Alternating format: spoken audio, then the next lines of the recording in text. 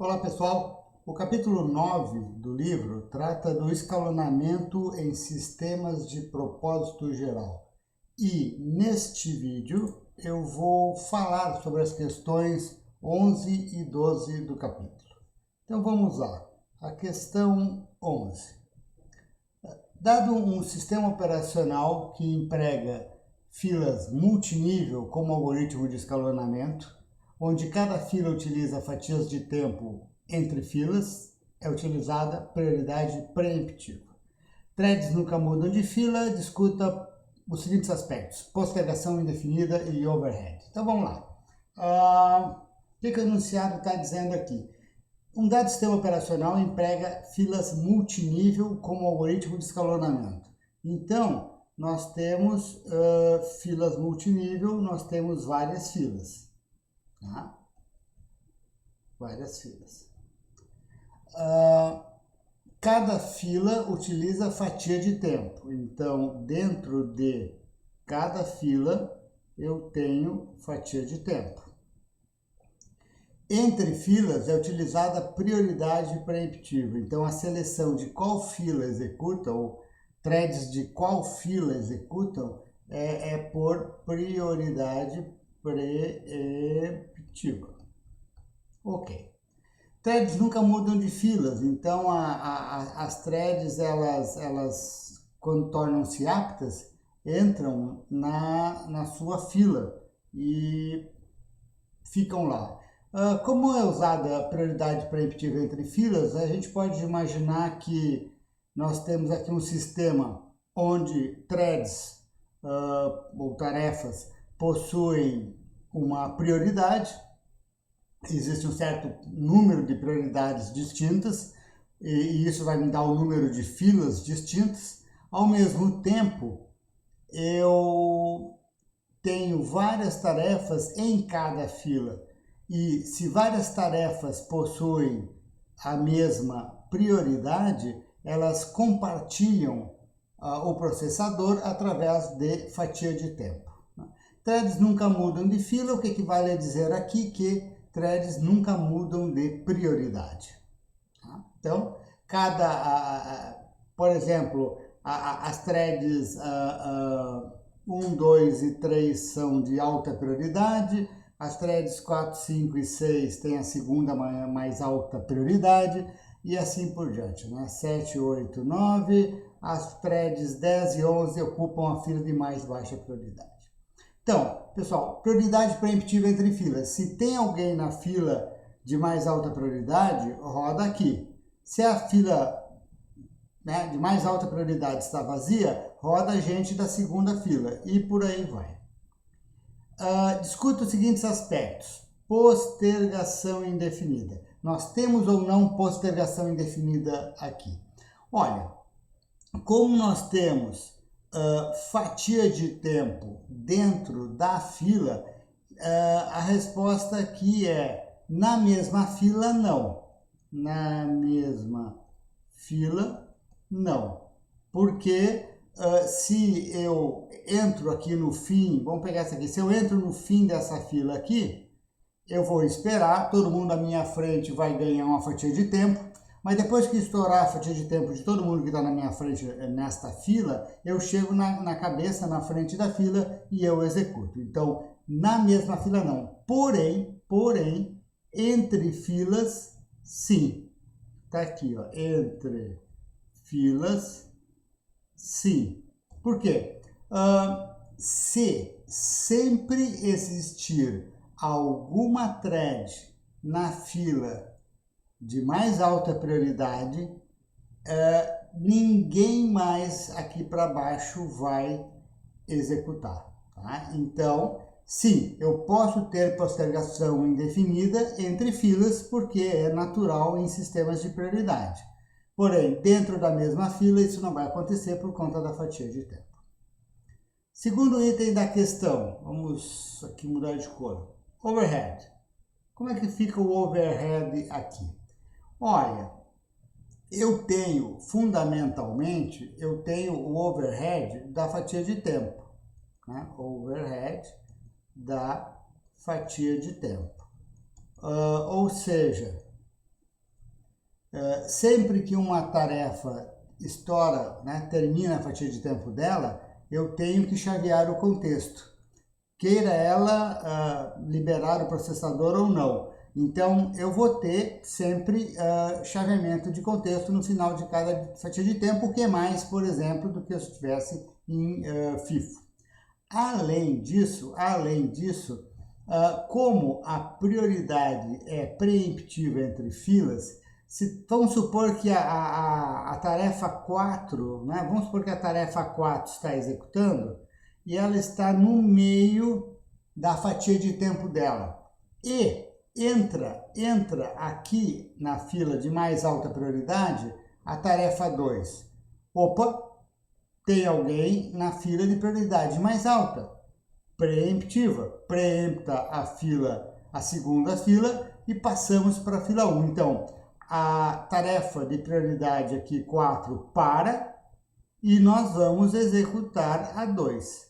Quando a 2 concluir, né, eu estou imaginando que número menor é prioridade mais alta, né? Quando a 2 concluir, a fila, vamos supor que a fila de mais alta prioridade fica vazia, e aí a gente retorna para executar a tarefa da fila, a segunda fila de prioridade mais alta que havia parado, só que a fatia de tempo da tarefa 4, ela não vai resetar, né? A ideia é que a gente parou ela aqui, rodou todo mundo que estivesse apto na fila de mais alta prioridade e agora retornamos para terminar a fatia de tempo da tarefa 4.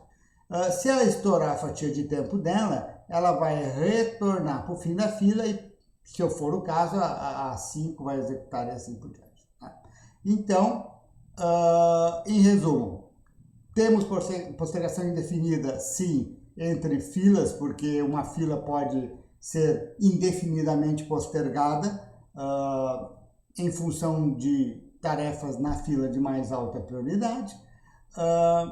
E eu tenho um overhead de fatia de tempo mais algum overhead da prioridade preemptiva. Então, eu tenho um bom número de chaveamentos de contexto neste caso. Bom, isso é sobre a questão 11. E a questão 12. Compare os algoritmos FIFO e fatia de tempo com respeito aos seguintes aspectos. Então, vamos lá. Vamos botar aqui. Eu vou fazer uma espécie de tabelinha aqui. Eu vou botar aqui FIFO e vou botar aqui fatia de tempo. E tentar fazer um resuminho aqui das propriedades. Tá? Nós temos 1, 2, 3, 4 itens para discutir.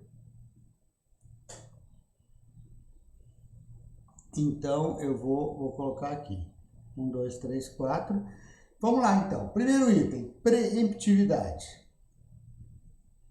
O algoritmo, ele é ou não preemptivo, né? Ora, FIFO, a gente sabe que não é preemptivo, porque quando uma tarefa começa a executar, ela vai até a sua chamada de sistema e bloqueio. Ninguém tira o processador na marra dela, ela só libera voluntariamente a fazer uma chamada de sistema bloqueante. Então, FIFO não é preemptivo.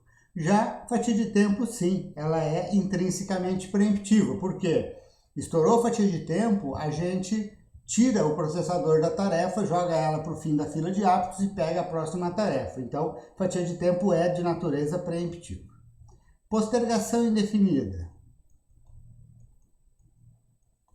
No FIFO, assumindo que não tem loop infinito em nenhuma tarefa, nós não temos postergação indefinida, porque a tarefa chega no final da fila, tem uma certa quantidade de tarefas à frente dela, cada tarefa à frente dela executa até ficar bloqueada e então a tarefa em questão finalmente executa. Não tem.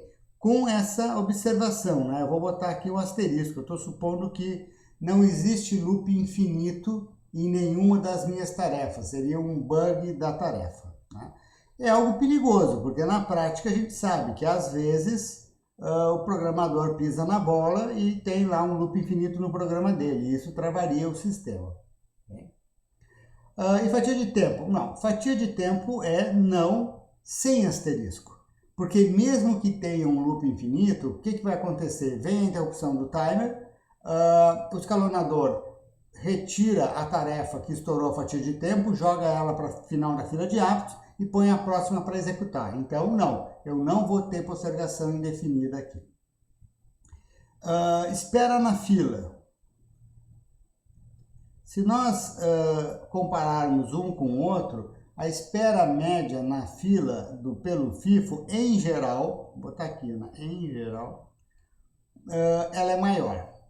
Bom, primeiro, por que em geral? Porque a gente sempre consegue imaginar um exemplo especial para conseguir alguma situação improvável o mais possível, né? Então, aqui o em geral, em média, o FIFO vai ser maior, porque a tarefa chega no final da fila de aptos e tem que esperar todo mundo que está à sua frente.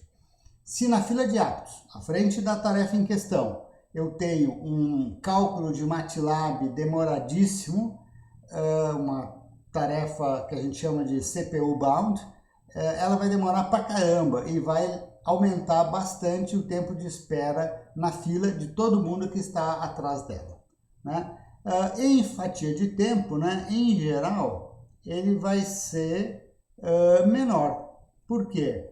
Porque mesmo que a tal tarefa do MATLAB esteja na minha frente, dentro da fila de aptos, ela vai ganhar uma fatia de tempo, como todo mundo, e vai voltar lá para o fim da fila. Então, o fato dela precisar de um tempo gigantesco até o próximo bloqueio, até a próxima chamada de sistema, é irrelevante. Estourou a fatia de tempo, cai fora. E isso vai me limitar o tempo de espera médio de todo mundo na fila.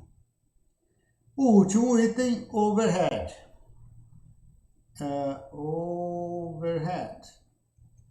Ora, overhead está ligado, né, a chaveamento de contexto. Quer dizer, eu vou ter que fazer mais ou menos chaveamento de contexto neste algoritmo. Vamos lá. Quando a gente tem o FIFO, o chaveamento de contexto ele é mínimo. Por quê? Porque eu ponho a tarefa para executar, né, carrego o contexto dela, carrego os registradores da máquina com os valores dela, ela está executando, e ela executa até a hora em que faz uma chamada de sistema e bloqueia. Ela não pode prosseguir, ela tem que esperar, porque é uma chamada de sistema bloqueante, e ela tem que sair de qualquer jeito.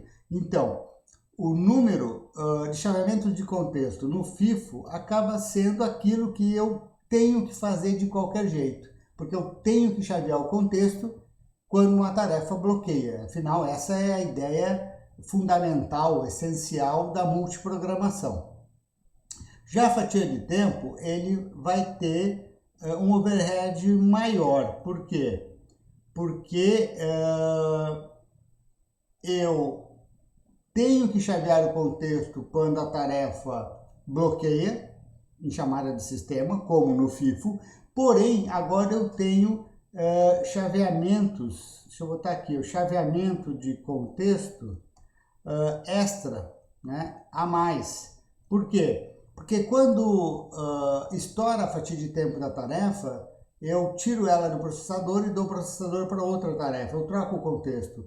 Algo que o FIFO não faria, e portanto o FIFO faria menos chaveamentos de contexto do que a fatia de tempo, implicando em um menor overhead. Então o FIFO aí vai ser mínimo e portanto menor do que a fatia de tempo. Então nós temos aqui as questões 11 e 12 do capítulo 9. Espero que tenha clareado um pouco essas duas questões. Até mais.